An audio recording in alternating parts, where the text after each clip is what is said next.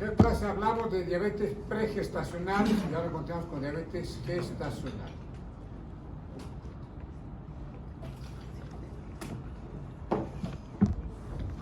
Esta diabetes que se instaura durante el embarazo, señalamos que de cada 10 pacientes con diabetes en el embarazo, 9 son gestacional, una pregestacional.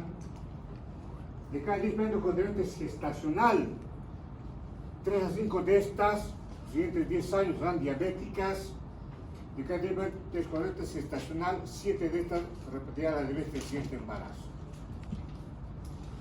Entonces llego para diabetes gestacional. Diabetes gestacional, un anterior embarazo, feto macrosómico en anterior embarazo, y que se conozca, se sepa que esta paciente ya presentaba intolerancia a glucosa, que tenga sobrepeso, tenga obesidad, o tenga antecedentes de síndrome de ovario poliquístico, que es un cuadro clínico mucho más severo que solo poliposis ovárica, donde se evidencia resistencia periférica a la insulina, además de que tenga padres diabéticos. Y el diagnóstico, dos estrategias para diagnosticar diabetes gestacional.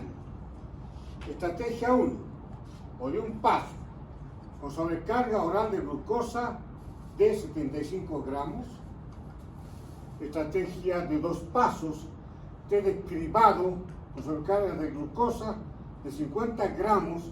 Si esta da positiva, se va obviamente a instaurar y dar sobrecarga de 100 gramos. Cuando es positiva, cuando la glicemia está mayor a 140 miligramos por decilitro, y entonces el primer trimestre de gestación, como todos les digo, para diabetes gestacional, en el segundo trimestre, semana 24 a 28, en toda aquella gestante en la cual no se diagnosticó previamente, paciente que recién acudió a la consulta en esta edad gestacional, y el tercer trimestre en las que no fueron estudiadas previamente o que estén desarrollando complicaciones como poliamios o feto macrosómico. Es importante tomar en cuenta que lo recomendable en 2 pasos, utilizando criterios diagnósticos que están avalados por instituciones que trabajan con diabetes en todo el mundo, 2 o más valores mayores a los siguientes. Si es que evidenciamos glicemia basal, 105 miligramos por decilitro, 190 miligramos después de 1 hora, 135 a las 2 horas, 145 a las 3 horas, obviamente debemos estudiar a esta paciente para confirmar diabetes gestacional. Y el control durante el embarazo y el trabajo de parto, el control metabólico es fundamental en diabetes gestacional. El tratamiento en gestacional se inicia con un plan de alimentación. Y acá es crucial, importante, fundamental la participación del área de nutrición. Es con quien coordinamos y manejamos de manera simultánea a esta gestante con diabetes gestacional. La primera opción, plan de alimentación, actividad física moderada, luego veremos los detalles, control del peso, que no se incremente de manera excesiva, y control de glicemia de manera periódica permanente. Para alcanzar los siguientes objetivos se cuantifica a la diabetes gestacional. Lograr que la glicemia en ayunas sea menor a 95 litros de mercurio, miligramos por decilitro, 5.3 milimol por litro. ¿Cómo convierte usted milimol a miligramos? ¿Cuál es la relación? Esta cifra se multiplica por 18. ¿Vean el ejercicio? Multipliquen 5.3 por 18, ¿cuánto les da?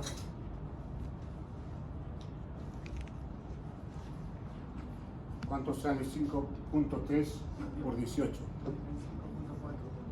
¿Esta cifra o no? ¿Sí o no? Sí. Entonces, ya les adelanto, si en el examen aparece el mínimo, saben cómo convertirse. Y ahí va el detalle, vería clases, entonces solamente se convierte así. Ustedes revisan bibliografía y encuentran muchas veces el milimol por litro o encuentran el miligramos por decilitro. 5.3 por 18, multiplican por 18 y les da la cifra ahí, miligramos por decilitro. Glicemia, una hora postprandial, 1940, que es igual a 7.8 milimol por litro. Y a las 2 horas postprandial, 1920, 6.100 milimol por litro. Hoy las gestantes con diabetes pueden controlar los niveles de glicemia muchas veces solo con el plan de la dieta, modificar los estilos de vida o actividad física, que es fundamental en diabetes gestacional. Control nutricional y actividad física en la gestante con diabetes gestacional. Las necesidades calóricas son similares al resto de las gestantes. No se recomienda dietas con más de 1700 kilocalorías, no corresponde restringir la nutrición, la ingesta de calorías, y es importante promover el incremento de peso de manera adecuada de otros parámetros establecidos. Aporte mínimo 175 gramos de hidratos de carbono en la dieta diaria. Limitar hidratos de carbono de absorción rápida, que equivale al 50% de las calorías totales. Ingesta de fibra, 28 gramos al día, y eso se maneja con nutrición. No pretendo que ustedes sean expertos en nutrición, pero sí que sepan coordinar con el área de nutrición. La dieta debe priorizar grasas monoinsaturadas y poliinsaturadas. ¿Cuál es la diferencia entre estos dos? Ustedes van a promover que se vaya metabolizando colesterol bueno, HDL, mientras que estas bloquean y van a frenar la formación de HDL, ¿no? La diferencia entre mono y poliinsaturadas.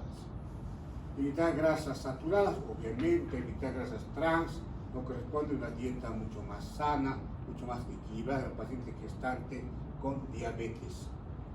40% del total de calorías obviamente deben corresponder a este tipo de nutrientes. Consumo mínimo de proteínas, 61 gramos al día en función del peso de la gestante. Se considera edulcorantes no calóricos seguros. Y ahí tenemos aspartamo, sucralosa y stevia. Nunca sacarina ni ciclamato. Se recomienda ejercicio físico diario, puede ser 3 a 4 días a la semana, de 20 a 60 minutos con actividad física moderada, sin que llegue al agotamiento a la paciente embarazada. Autocontrol de glicemias capilares. La recomendación: 4 controles de glicemia capilar al día hasta estabilizar la diabetes gestacional.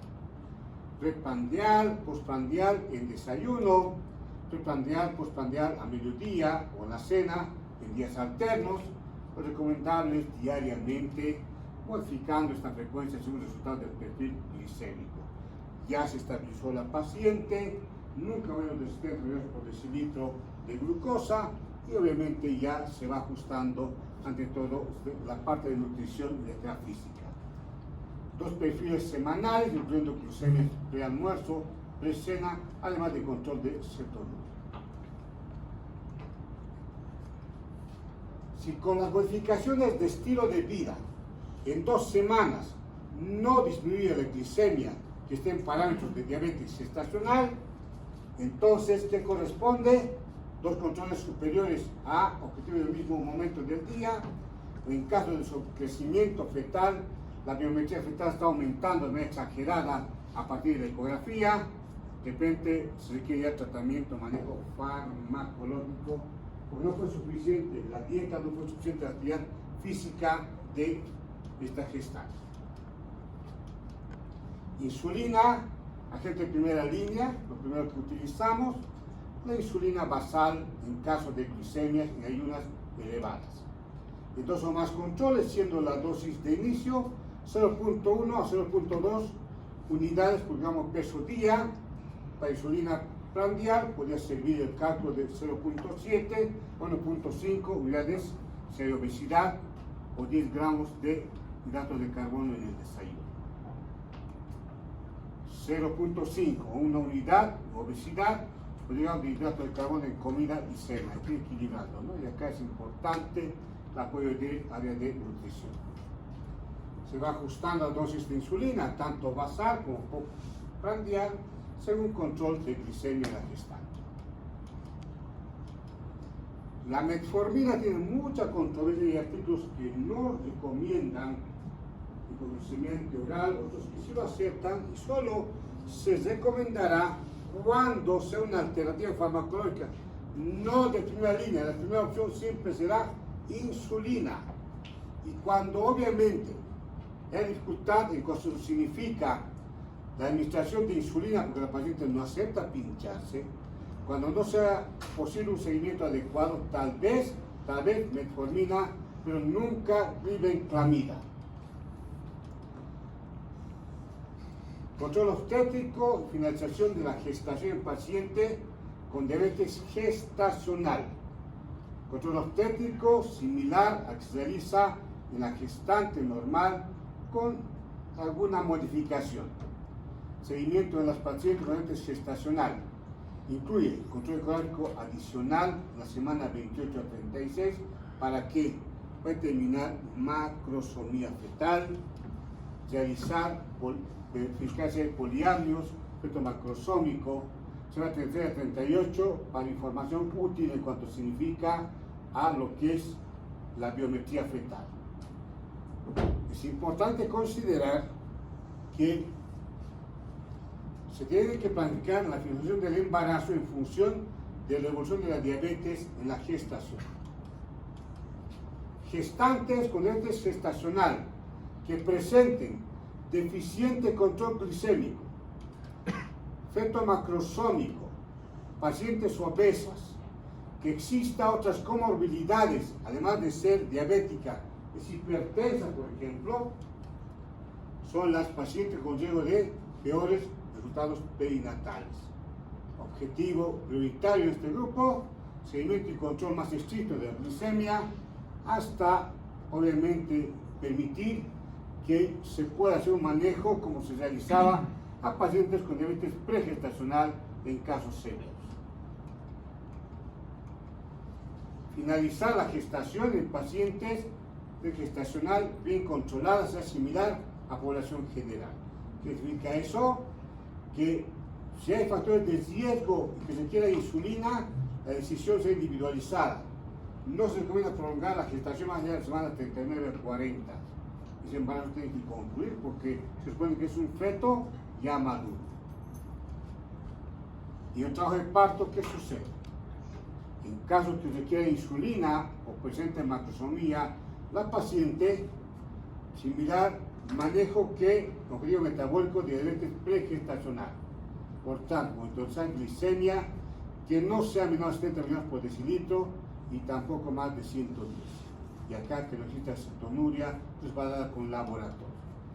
Insulina mediante perfusión intravenosa continua, suministrando glucosa al 5 a 10% para evitar un efecto de hipoglucemia por la administración de insulina. Control horario de glicemia capilar, ajustando el ritmo de perfusión de la insulina, y obviamente los cuidados del recién nacido son diferentes a la paciente que no padece diabetes. ¿Para qué? Para evitar detectar y tratar hipoglucemia neonatal, teniendo en cuenta que este feto cuya madre es diabética tiene un páncreas funcionante. Después del parto, suspender el tratamiento insulínico y realizar controles glicémicos. Ya ocurrió el parto, habrá que considerar reclasificar a la paciente en cuanto al tratamiento. De esta forma confirmamos situación metabólica en el postparto inmediato. A veces se descuida, se mantiene con insulina a la paciente después del parto. Estamos con casos de hipoglucemia en el puerperio inmediato. Y en el posparto, diabetes gestacional identifica a un grupo de mujeres con riesgo de que puedan presentar diabetes mellitus. Muchas pacientes con diabetes gestacional ya quedan con diabetes. Otras pacientes obviamente ya con síndrome metabólico o enfermedad cardiovascular a lo largo de su vida, porque en definitiva no más la diabetes va a provocar daño endotelial, que significa deterioro de lo que es la parte ante todo vascular y en cierta medida cardíaca. Evaluar metabolismo hidrocarbonado mediante sobrecarga de glucosa 75 gramos, de preferencia 6 a 2 semanas posparto, y este periodo podría alargarse hasta los 6 meses o después de la lactancia. Clínicamente, ¿cuándo finaliza el puerperio? Cuando retorna a la menstruación, ¿sí? Entonces habrá que definir en qué momento vamos a reevaluar y recategorizar a esta paciente que es diabética, ante todo gestacional, porque la pregestacional, la paciente después del embarazo recibía metformina, cuando recibió insulina, la pregestacional, después del parto, ya en la etapa del puerperio alejado, se clasifica, se define si se queda con insulina la pregestacional o es que en definitiva vuelve a metformina, glibenclamida de acuerdo a parámetros. Y acá, glicemia en ayunas, más de 100 miligramos por decilitro, identificar a aquellos pacientes con riesgo de que se instaure diabetes. Ya esto en la etapa 6 meses después del parto. No existe ninguna estrategia que esté validada para seguimiento a largo plazo después de las primeras reevaluaciones. Es recomendable la revisión metabólica anual en pacientes de categoría de aumento del riesgo de diabetes. En la familia haya diabetes, sobrepeso, señalmente obesidad. Cada 3 años, en caso de tolerancia normal a la glucosa, si es que en ese tiempo no hubo otro embarazo.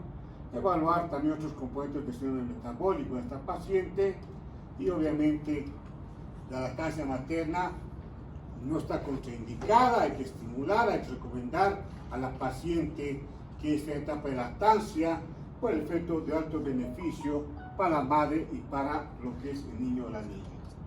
Intervenciones dirigidas a optimizar la dieta y el estilo de vida es importante. La paciente, si tiene sobrepeso o obesidad, es que explica un régimen que permita bajar de peso y que reduzca su riesgo de diabetes, cardiovascular, hipertensión arterial, síndrome metabólico y todo aquello. Demostraron ser costo efectivas de pacientes con diabetes gestacional. Ante todo, sí, obviamente, la diabetes se instaló por primera vez en el embarazo. Las recomendaciones en relación con la anticoncepción son similares que en paciente no diabética. La anticoncepción obviamente puede ser, dependiendo de la paciente, en base a anticonceptivos hormonales, de barreras, dispositivos intrauterinos, lo que corresponde. ¿Qué es planificación familiar? Decidir cuándo tener hijos, más o menos. Libertad que tiene la pareja de decidir cuántos hijos desea tener, aparte de cuándo desea tener, qué tiempo desea tenerlos, pero con criterios de paternidad responsable.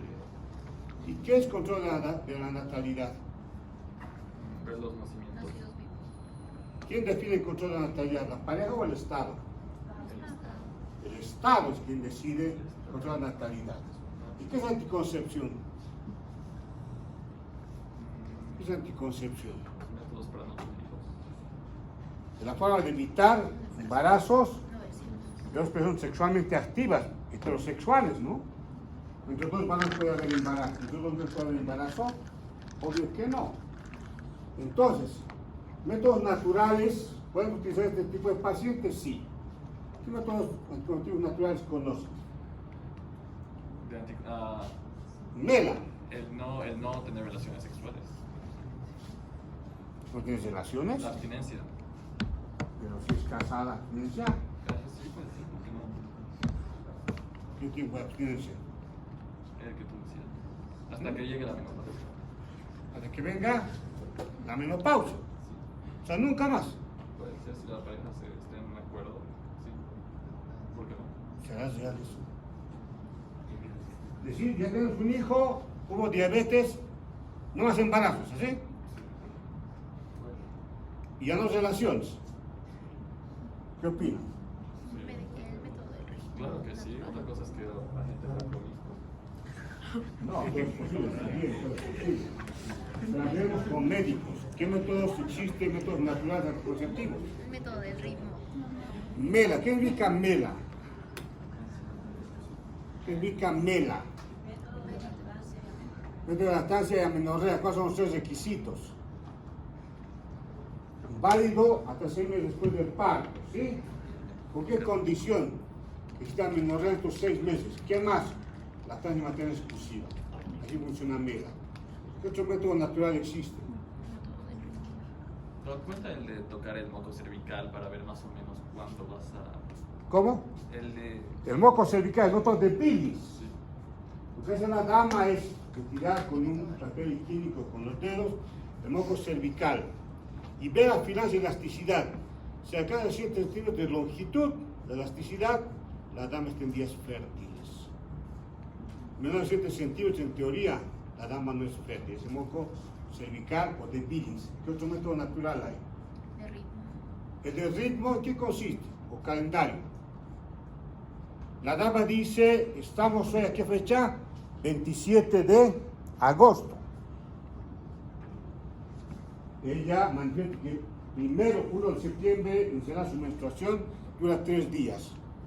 Les pregunta y dicen, muy bien, el 1 de septiembre inicia mi menstruación, ¿qué fechas debo cuidarme en septiembre? ¿Cómo se calcula? ¿Qué fechas no relación sexual? ¿Qué día será fértil en septiembre? Si el primero ocurre la menstruación. Tenemos que saber cuál es su ciclo más corto y el ciclo más largo en los últimos 6 meses. Hay una fórmula, ¿no? Sacas un promedio. Del 11 al 18. ¿Cómo es 11 al 18? Más o menos. Al ciclo más corto restarle 18. Ciclo menstrual más largo. Ah, sí. Imaginémonos que, dice la paciente, la persona, lo que más demoró en bajar mi menstruación fue 32 días. Y el tiempo que menos demoró fue 24 días. 32 menos 11, ¿cuánto es? 32 menos 11, 21, 21. 24 menos 18, 6. Del 6 al 21 de septiembre, la dama es fértil. Y eso es lo científico, eso es lo válido, el método de ritmo o calendario. ¿Qué otro método hay natural? De retiro. Temperatura basal. Ay, yo de retiro. ¿Sí? ¿Qué consiste? La dama cada día controla la temperatura, sea oral o axilar, y obviamente va a registrar. Cuando incrementa 0.5 grados, medio grado centígrado, es que la dama está ovulando. Para eso tiene que dormir como corresponde, no insomnio, no haberse trasnochado, no grandes emociones por la noche, solo así funciona el método de lo que corresponde a la temperatura basal. ¿Qué otro método hay? El sintotérmico. ¿Cómo es el sintotérmico? El método constituye el sintotérmico, el natural. ¿Qué combina? Método de ritmo, la temperatura basal más moco cervical. ¿Sí? A una dama que está en etapa de lactancia, ustedes llevaron ya en ginecología uno lo que es planificación familiar anticoncepción. De una dama que está en etapa de lactancia, de hasta los 6 meses postparto, ¿puede dar anticonceptivos orales combinados? ¿Puede dar estrógeno? No, ¿Por qué no? por las hormonas que ¿Y tiene. qué puede provocar la hormona, el estrógeno en esta paciente? Hipertensión. Daño hepático, ¿no? Es hepatotóxico el estrógeno. Pero sí puede dar una progestina. Pues la progestina, pues no está contraindicada la progestina. De hecho, la dama dice, mira doctor, doctora, pues yo soy muy fértil. Apenas me mira bonito mi esposa quedó embarazada, entonces quiero un anticonceptivo. Primero, la tasa de materia exclusiva.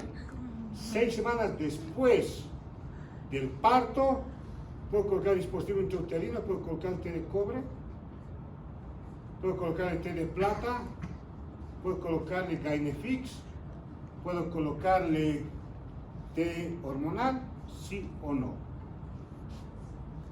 Está contraindicado. Puedo utilizar un dispositivo intrauterino. ¿Cuánto tiempo después?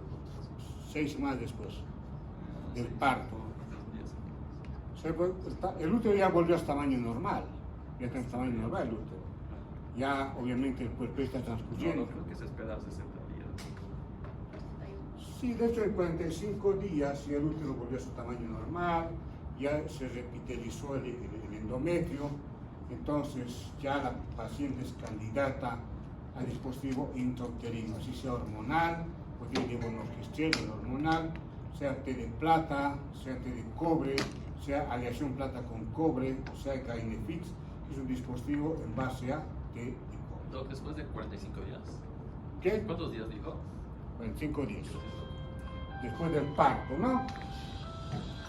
Entonces es importante que este tipo de pacientes sean manejados de manera adecuada. ¿Por qué? Se supone que una paciente que padeció diabetes en el embarazo no es recomendable una gestación sino después de 2 años como mínimo. Es el tiempo que debe esperar la paciente para un nuevo embarazo y que sea reclasificada. Si quedó diabética, se maneja con diabetes pregestacional la siguiente gestación. Si quedó con intolerancia a hidratos de carbono, lo que muchos llaman la prediabetes, que es intolerancia a hidratos de carbono, habrá que evaluar. Si volvió a la normalidad, habrá que evaluar. Este tipo de pacientes son de alto riesgo obstétrico y que requieren un seguimiento o monitorear a la paciente para que no exista mayor compromiso.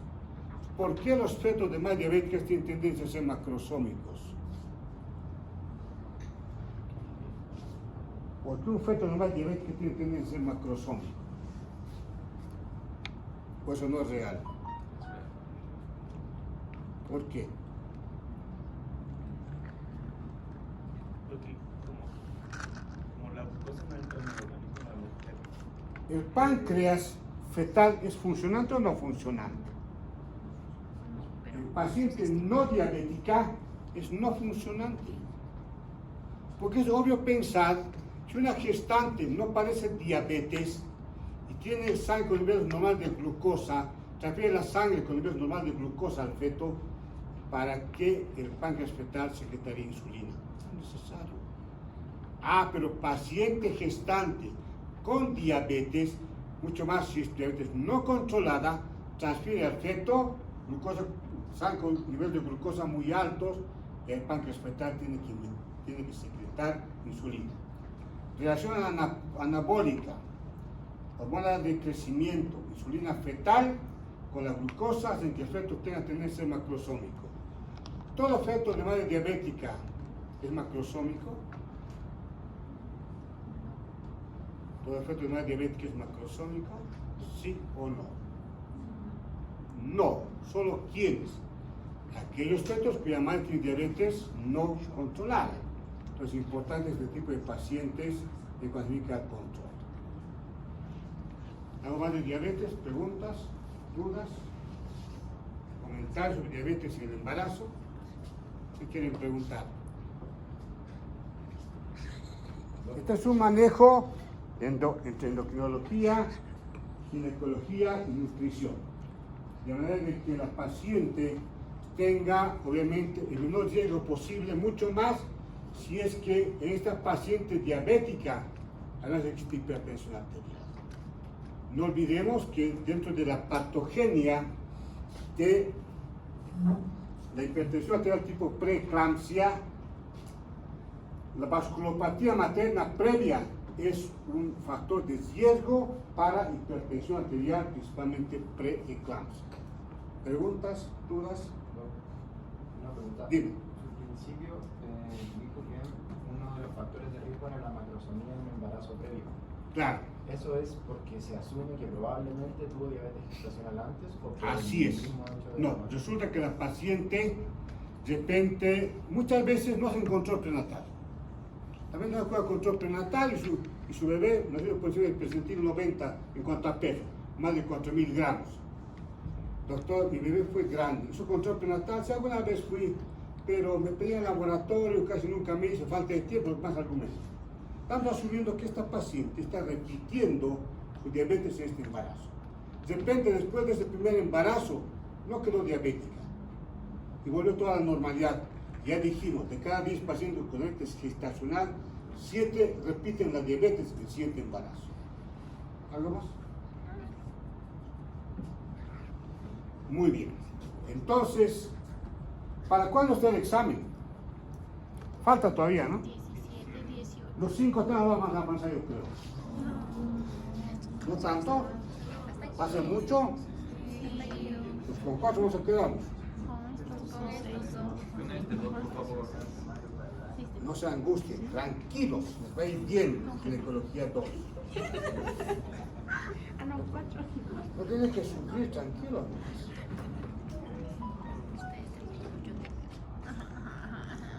¿Ya nos vamos? A ver, hay un tema que...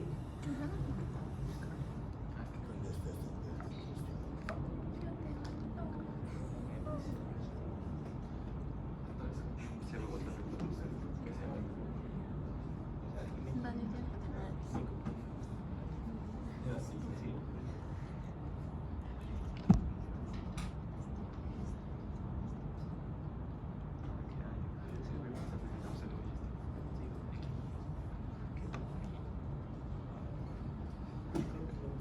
Distropía genital.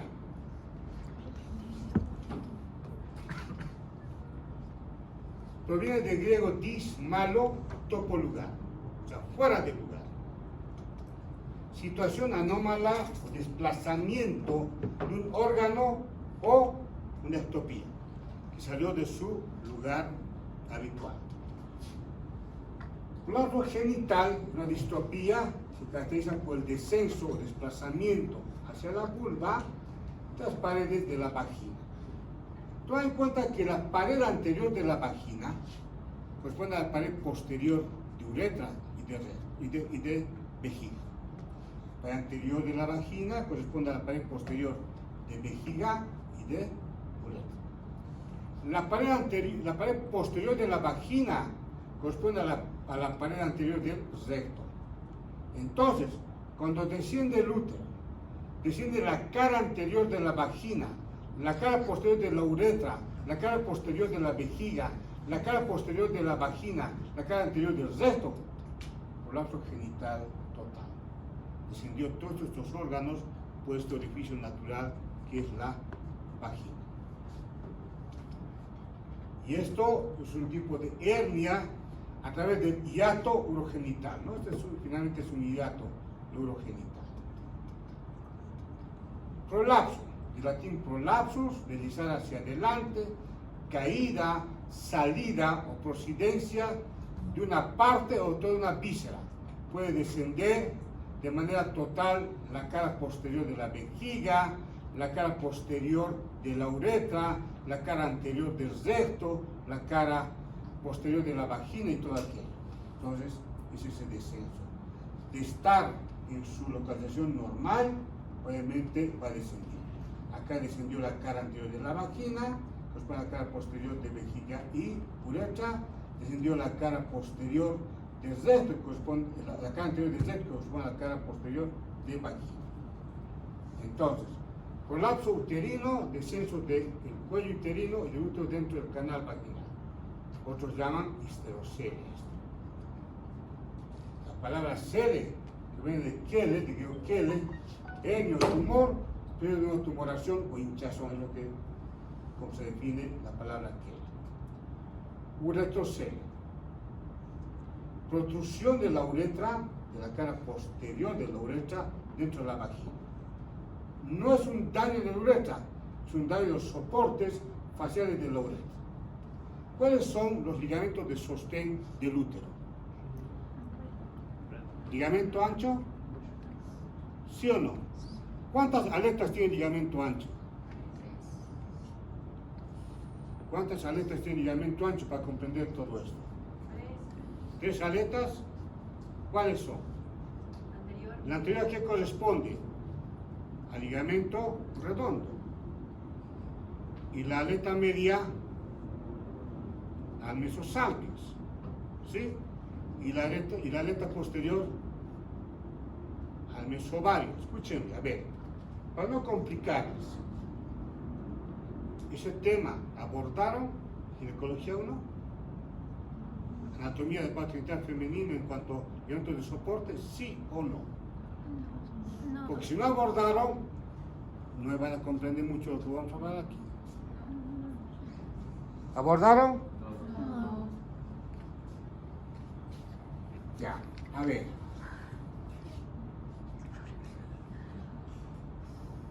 Vamos a volver a anatomía.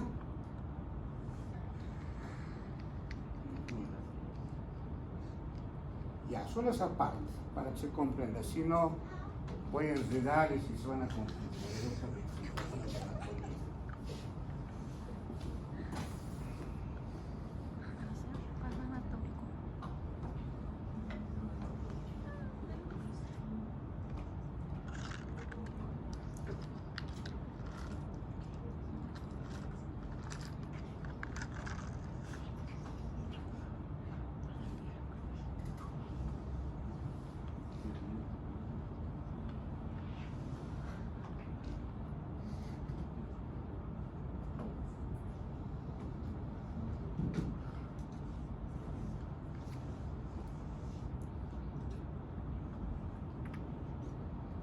Este es el principal elemento de sostén de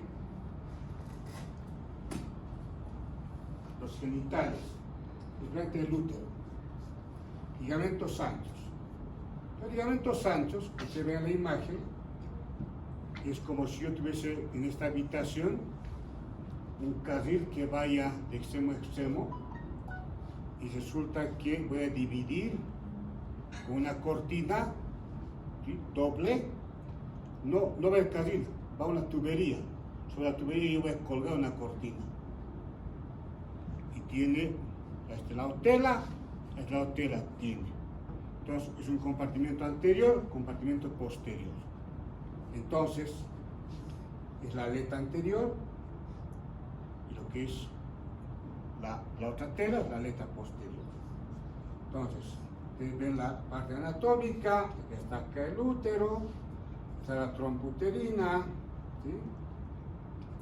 Está lo que corresponde al ligamento uterovárico que va del útero al ovario. Tenemos un ligamento tubovárico que va del ovario hacia las trompas. Y tenemos, esta es la aleta anterior del ligamento ancho, está acá la aleta posterior y está acá este ligamento redondo. El ligamento redondo va los cuernos del útero, transcurre por la cavidad pélvica, ingresa al conducto inguinal y termina en los labios mayores, a nivel de la vulva. Y entonces, este ligamento ancho tiene hojas peritoneales, peritoneo visceral, que revisten la cara anterior del útero, la cara posterior del útero, que es esta. O sea, la hoja posterior. Cuando llegan los bordes laterales, se van a unir hacia la pared pélvica, el ligamento ancho. Dividen a la pelvis en dos compartimentos, posterior o retrouterino, donde está el recto, y anterior o preuterino, donde está la vejiga, ¿no? Hacia adelante. Ustedes saben que está vejiga, útero y recto. En ese orden está como contenido de la cavidad pélvica. Aleta del ligamento ancho, este ligamento ancho. Aleta anterior. La aleta anterior, ¿quién está? Ligamento redondo. Ligamento redondo. En la aleta media, el mesosalpinx. Meso, encima. ¿Encima de qué? De la salpinge, que también es la trompa. Cuando uno hace una extirpación de trompa, se denomina trompectomía. No, salpinge, entonces, ¿por qué? Los nombres denominan salpinges, ¿sí? Muy bien. Entonces, por eso es mesosalpinx, encima de la trompa. Y la aleta posterior que está en el mesovario, que está en la parte posterior. Esta es la aleta posterior. Y están en este orden. Esta es la aleta anterior, la aleta posterior, y este es el mesosalpinx. Entonces viene el peritoneo visceral, luego de haber recubierto a la vejiga, hace un reflejo y es el espacio vesicouterino, asciende, rodea el ligamento redondo, asciende el peritoneo visceral, rodea la trompa uterina, desciende, pero no recubre al ovario. Ovario, órgano extraperitoneal, relación peritoneo visceral, intraperitoneal, relación peritoneo parietal. ¿Sí? Entonces, no recubre al ovario. Viene acá y está en la base del ovario, desciende, hace un reflejo, y este es el espacio recto uterino, y se va a recubrir al recto. En medio que está la arteria uterina y la uretra. Entonces es el ligamento ancho. ¿Sí? Ligamento ancho, su aleta anterior, ligamento redondo. ¿De dónde va el ligamento redondo? De la unión del cuerpo uterino y la trompa uterina, que es el cuerpo uterino, hasta el monte de Venus. Región suprapúbica y labios mayores, ahí va a terminar. Tiene 4 porciones de ligamento redondo. La porción pélvica, que es en la cavidad pélvica, tiene la porción ilíaca, que es el estrecho superior de la pelvis, hasta el orificio interno del conducto inguinal. Transcurre por el conducto inguinal, el ligamento redondo, es la porción inguinal, y termina en la porción pulvar, en los labios mayores. Ese es el trayecto del ligamento redondo. ¿Qué contiene el ligamento ancho en su aleta anterior? La arteria del ligamento redondo, pues, rama epigástrica, plexos venosos, ramas nerviosas, ramas genitales de los nervios genitofemorales, abdomen genitales, linfáticos que comunican con grupos de la región inguinal. Aleta media, mesosalpinx y la trompa uterina, que otros llaman trompa de Falopio. Y la aleta posterior, el mesovario, que va desde el ángulo del útero, ¿sí?, hasta el orificio abdominal de la trompa, donde el orificio abdominal, la fimbria. 3 porciones en la aleta posterior, que es el mesovario. La porción interna, el ligamento útero-ovárico, este ligamento, el útero-ovario. La porción externa, el ligamento tubo-ovárico, de la trompa uterina hacia el ovario. Y en la parte media encontramos al ovario. ¿Sí? Muy bien. Dicho esto, vamos a mencionar el tema que estamos abordando.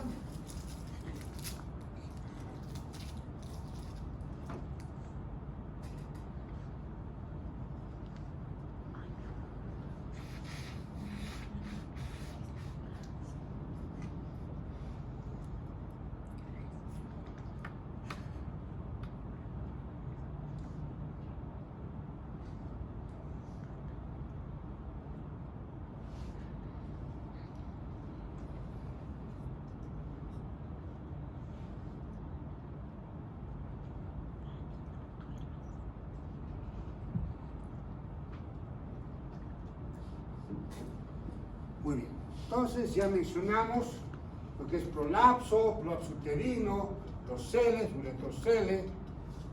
El prolapso del útero no es la patología uterina, como les decía, es alteración de los elementos de suspensión, de sustentación y contención del útero, principalmente el ligamento ancho, con 3 aletas. ¿Y esto por qué se lesiona? Por el embarazo, por el parto vaginal, y vemos distrofia genital. ¿Qué factores predisponen a una distrofia genital? Deficiente estado nutricional, donde los músculos del piso pélvico, por ejemplo, están afectados, los ligamentos de sostén están afectados, y grandes esfuerzos que haga una dama, patologías respiratorias crónicas, obesidad, estreñimiento crónico, y acá hay un detalle importante, y no es cuestión acá ni de machismo ni de feminismo. Cuando una dama dice a la mujer que vamos a hacer lo mismo que los varones, seamos honestos. Un varón nunca va a ser igual que una mujer. ¿Acaso mi mano de izquierda tiene la misma capacidad que mi mano derecha? Pero se complementa, y es lo que muchas veces hay que tratar. Grandes esfuerzos no corresponde a una dama, puesto a estos riesgos. Tiene un esfínter que obviamente una estructura, un orificio natural que sufre las consecuencias de estos grandes esfuerzos, por ejemplo. Factores congénitos, frecuencia de prolapso uterino en mujeres jóvenes o nulíparas y en mujeres que nunca tienen relaciones sexuales es muy baja. De existir este fenómeno en este tipo de damas, joven, nulípara y virgen, que tiene prolapso uterino, es un problema de anomalía intrínseca del colágeno, una anomalía autosómica dominante. Factores traumáticos, embarazo, parto vaginal, relaciones coitales y traumas directos, agresión, accidente con daño de lo que corresponde a la pelvis. Fractura de pelvis, por ejemplo, son factores que van a predisponer a distopias. Un parto vaginal sin episiotomía en una primigesta es un tremendo daño a esta paciente. La episiotomía te permite ampliar el canal del parto y evitar este tipo de daños. El embarazo condiciona la aparición de prolapsos, sí, es una realidad. La multiplicidad es un factor de riesgo. Y acá, la episiotomía tiene el beneficio que amplía el canal del parto. Desproporción cefalopélvica y esta famosa maniobra de Christele, que es un crimen de hecha proscrita, también es causa de prolapso genital. O que obviamente la paciente ha sido forzada a esta maniobra. Entonces, está arrastrando las paredes anterior-posterior de vagina y lógicamente pared posterior de uretra, pared posterior de vejiga, pared anterior del recto. Factores hormonales en el climaterio, y hay laxitud de los músculos del piso pélvico, elementos de sostén que dan laxos, aumenta la lordosis lumbar, sifosis dorsal, relajación de los músculos extensores de la columna vertebral, relajación y atrofia de los músculos de paredes abdominales. Eso en el climaterio. ¿Ustedes saben, es lo mismo climaterio que menopausia? No. Menopausia no es nada más que la última menstruación, como que menarca primera menstruación. Lo que ocurre un año antes de la menopausia, hasta los 60 años, se denomina climaterio. Climaterio sí considera a corto, mediano y largo plazo. A corto plazo, calores, sofocos, bochornos, cambios de humor, cefalea intenso, que pueden estar o no presentes, que están presentes en mayor o menor intensidad. A mediano plazo, en contexto de esfuerzo, puede ser un área de urgencia, resequedad vaginal, y a largo plazo, riesgo de osteoporosis o de sarcopenia. ¿Qué es sarcopenia? ¿Qué es la sarcopenia? ¿Qué es sarcopenia?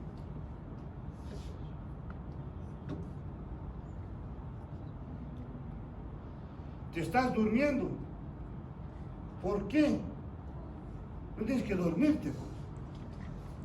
Reduce la división celular, que va a terminar reducción y adelgazamiento de los ligamentos, fascias y músculos. Es más frecuente las distopias en pacientes postmenopáusicas, principalmente.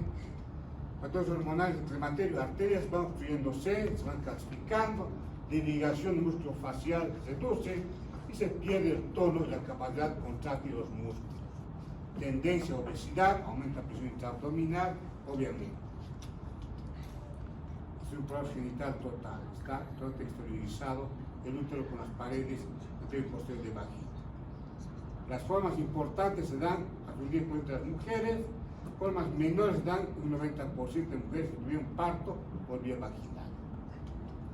Constituyen alrededor de un 30% del trabajo quirúrgico de un servicio de ginecología. De cada 10 pacientes que van a consulta de ginecología, 3 por patologías de piso pélvico. Formas clínicas. De estar en esta localización del útero, desciende. Esto es un histerocele, prolapso uterino. ¿Cómo se clasifican estos celes? Grado 1 desciende el órgano, pero está dentro del conducto vaginal. El grado 2 está a nivel del introito vaginal. El grado 3 fuera del introito vaginal. Y el grado 4 es un prolapso genital total. Se exterioriza útero, cara anterior de vagina, cara posterior de vagina. Rectocele, hernia del recto, de la pared posterior de la vagina, un colpocele posterior, que puede darse solo acompañado de un prolapso uterino. Puede descender solo la cara posterior de la vagina, después la cara anterior del recto, puede descender conjuntamente útero. Enterocele, Douglasele, el introcele, es similar al rectocele, pero de una porción mucho más alta de la pared vaginal posterior, donde ya descienden inclusive intestinos. Una hernia del fondo del saco de Douglas puede contener unos haces intestinales, inclusive epiploma. Cistocele, descenso de la vejiga y de la pared anterior de la vagina, habitualmente acompañada de uretrocele. Si desciende la vejiga, desciende también la uretra. También puede acompañarnos de prolapso uterino. Y está acá el uretrocele, cuando desciende la cara posterior de la uretra, pues va a la cara anterior de la vagina. La paciente fue sometida a histerectomía, ya no tiene útero, solo tiene una cúpula vaginal, pero resulta que hay problemas de muñón vaginal. Versión total de la vagina, una paciente histerectomizada que se exterioriza totalmente la cúpula vaginal. Nomenclatura. ¿Qué es lo correcto? En todos los casos hay siempre descenso de pared vaginal, sea anterior o posterior, y es frecuente que se omita el enunciar que hay colpocele. La palabra colpos de vagina, colpos igual a la gente denomina colpos, porque sí, o sea, no es el término vaginocele, sino es colpocele. Por ejemplo, habitualmente, ¿qué decimos? Cisturetrocele, primer grado, segundo grado. ¿Qué deben decir? Colpo, cisturetrocele. ¿Por qué? Si bien descendió la cara posterior de la vejiga y de la uretra, está descendiendo la cara anterior de la vagina. Lo correcto es este término. Grado 1, grado 2. Cistocele, lo correcto es colpocistocele, grado 3. Cuando hay descenso de vejiga, como sin descenso de uretra y además de incontinencia de orina de esfuerzo, agregar a esta alteración diagnóstico. Puede haber un cisturetrocele, grado 1, grado 2, con o sin incontinencia urinaria de esfuerzo. ¿Sí? Es importante. No todos cisturetrocele se acompañan de incontinencia urinaria de esfuerzo. Pueden no acompañarse. Es frecuente que los prolapsos se acompañen de desgarros perineales, que existe ahí ese antecedente. Ejemplo, prolapso uterino grado 2, cuando está a qué nivel? A nivel del introito vaginal. Colpocisturetrocele grado 3, cuando está fuera de la vulva del introito vaginal, lo que es la cara anterior de la vagina, cara posterior de la uretra, cara posterior de la vejiga. O colpocele grado 2, cuando la pared posterior de la vagina contra la pared anterior del recto se encuentra a nivel del introito vaginal. Transacción perineal grado 2, influencia urinaria de esfuerzo, puede o no haber enterocele, descender la cara posterior de la vagina. Las pacientes consultan habitualmente por la sensación constante ocasional de un cuerpo extraño, de un tumor peso y genitales externos. Algo se me está saliendo, doctor, doctora. que suelen incrementarse al toser, bipedestación, maniobras de Valsalva u otras maniobras. Por lo demás, son pacientes asintomáticas y nosotros diagnosticamos cuando hacemos un Papa Nicolau, un examen ginecológico. Síntomas de distopía genital: incontinencia urinaria de esfuerzo, sensación de cuerpo extraño a nivel vulvar, sensación de vagina abierta, continencia fecal, flujo vaginal, además de hemorragia genital. Totalmente exteriorizado el útero. Esta es la pija cargando el cuello uterino, ¿no? Prolapso uterino: sangrado escaso con roce de la mucosa prolapsada, se convierte en paquidérmica, empieza a, obviamente, a queratinizarse este útero que fue exteriorizado. Se va ulcerando por el efecto mecánico del roce y por trastornos tróficos, que es debido a alteración vascular original por la distopía genital. ¿Qué pasa en hipogastrio? Obviamente estación del cuerpo extraño, la paciente tiene lumbar, está traccionando los elementos de sostén del útero, presencia urinaria puede estar encubierta por el mismo prolapso. La paciente, como queda estrangulada a la vejiga, no puede miccionar y debe autorreducir este prolapso para luego poder miccionar. Los síntomas urinarios: urgencia miccional, poliaquiuria, infecciones frecuentes a nivel de genitales o de vías urinarias, acentúan las relaciones sexuales en la mujer cuando hay una desfiguración, una alteración de la morfología de lo que significa a los genitales. Habrá dispareunia, pérdida de líbido, por este mismo fenómeno de ese disconfort en la paciente. Histerocele, ven cómo va descendiendo el útero, ¿sí? Y básicamente se exterioriza. Acá igual, de estar obviamente en la parte superior, desciende el útero. Colapso total. Rectocele, pues defecatorias, tenemos rectal, condensación de gases y OS si se asocia a desgarros del perine. Enterocele, douglasele, son gravativas en hipogastrio, habrá lumbalgia, y en cistocele, condensación urinaria, retención urinaria, misión incompleta, pleno vesical, cistitis a repetición.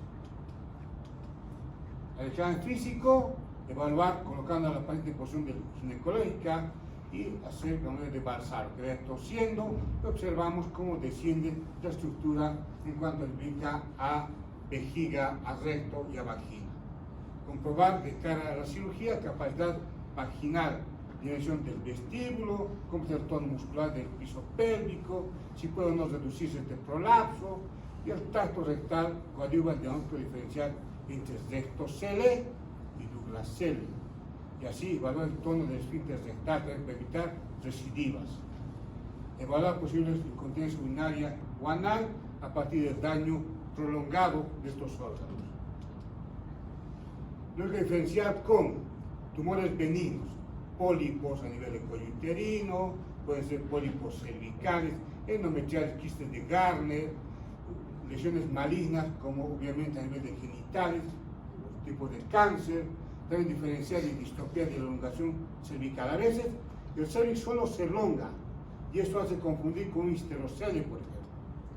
Conducto de Gardner, ustedes saben que es un vestido de la pared caudal del conducto de Wolf, que está obviamente en el norte del conducto de Gardner, ubicado en el isosarpi, encima de la trompa uterina, se dirige hacia la parte inferior, a la parte caudal, a lo largo del borde lateral del útero, hacia la vagina. Desciende por la pared anterolateral de la misma y acerca de las glándulas de Bartolini en los labios mayores. No todas las pacientes con diferentes grados de distopía se quejan de molestias, no necesariamente. A veces son fenómenos que son asintomáticos. Muchas pacientes sin evidencia de distopía tienen síntomas. No todo prolapso genital se acompaña de incontinencia. No toda incontinencia se acompaña de prolapso.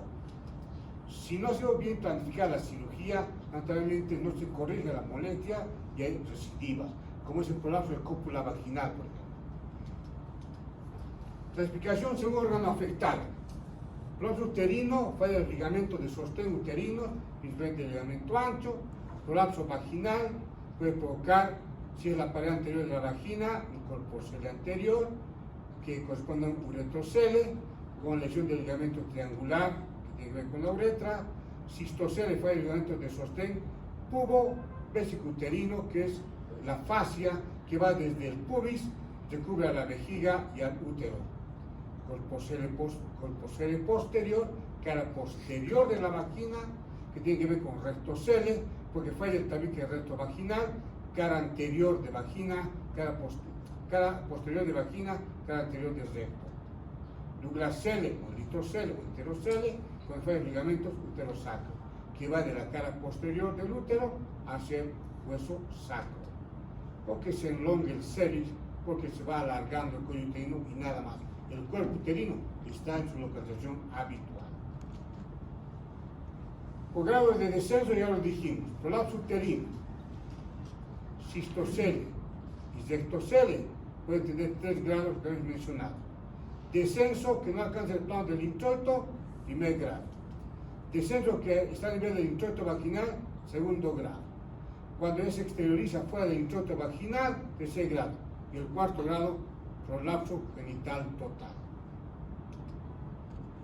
Prolapso genital total, cuando está todo exteriorizado.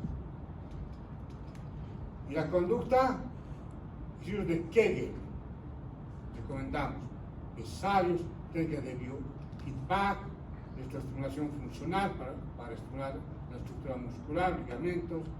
Si hay constipación, corregir la constipación, manejar y obviamente evitar tos crónica, evitar sobrepeso, evitar esfuerzos físicos en esta paciente. Una quirúrgica, colporrafia anterior, para resolver un colpocele anterior con uretrocele y cistocele. Colporrafia posterior para resolver el colpocele posterior y el rectocele, el eritrocele o enterocele. En estos casos, cuando hay prolapso genital total, ¿qué corresponde? Histerectomía, si es prolapso genital total, vaginal. Son 3 cirugías: histerectomía vaginal, una colporrafia anterior, colporrafia posterior. Hay que, obviamente, extirpar el útero por vía vaginal, que suspender la vejiga, la uretra, y hay que suspender el recto. Colpoclesis, con cirugía para incontinencia urinaria, son unas bandas que se colocan en la parte anterior de la vagina. Entonces, urinaria, pérdida involuntaria de orina, objetivamente demostrable, que origina problemas social e higiénico en la paciente. No es una patología como tal, es un síntoma que se atribuye a una amplia variedad de patologías. La incontinencia puede ser causada por diabetes, centro cerebrovascular, cirrosis múltiple, enfermedad de Parkinson, con la cirugía o incluso durante el embarazo y el parto. Es habitual en mujeres mayores de 60 años, puede ocurrir a cualquier edad. Esto vemos también qué tipo de pacientes con un parto distóxico. Por algunos días queda con incontinencia urinaria de la paciente puérpera, el puerperio inmediato y parte del puerperio inmediato. En la población normal, la incidencia de incontinencia en mujeres a más de 65 años, 25%. En lo que es 15% de los varones, que es más frecuente en mujeres que en varones. Urinaria de esfuerzo, contingencia por necesidad urgente de orinar, es la de urgencia. Esto es al reitos estornudar, y esto es cuando la paciente tiene sensación de micción, que a veces no alcanza al baño. Y la mixta, que es con ambas, ¿no? Otras, ya sea por rebosamiento, lesión neurológica o accidente de cirugía radical pélvica. Contingencia refleja es cuando hay lesión medular, contingencia obstructiva, de cirugía postparto, contingencia por fístulas, vesicouterinas o vesicovaginal. La de esfuerzo. Si la pérdida urinaria se produce con esfuerzo de actividad física y no ocurre en tanto está el reposo en la paciente, no va precedida de esa urgencia miccional a pérdida del ángulo uretral. Y la de urgencia, si episodio de incontinencia va precedido de un irresistible deseo de orinar, aumenta la frecuencia miccional por la aquiuria, dolor hipogástrico que obliga a orinar o pérdida urinaria durante el sueño, es nocturna en urinaria de urgencia. Hay contracción voluntaria del músculo detrusor de la vejiga, y la mixta, si la paciente presenta mezcla de todos los síntomas, de urgencia y de esfuerzo en cuanto a incontinencia. Dentro de la incontinencia urinaria La prueba de Bonnet o test de Bonnet, dirigida a demostrar la existencia de incontinencia, capacidad de retener voluntariamente la orina. La paciente tiene nuestra capacidad. Inmediatamente después de orinar, se mide por sonda residuo vesical, por miccional, se llena la vejiga anotando qué cantidad se está administrando en solución fisiológica, lo que ponemos, y a qué presión se produce la primera presión miccional y su máxima capacidad vesical. Se observa si hay pérdida o dolor durante el llenado y una vez que se llena la vejiga, luego se hace toser en listotomía, ¿sí? Por ginecológica, luego en bipedestación con piernas separadas, se va comprobando si hay salida de orina y la cantidad de pérdida de orina. Movilidad uretral, examinar en listotomía haciendo que la mujer vaya tosiendo, vaya empujando o retenga orina y se observa cómo desciende la vejiga, pero la uretra.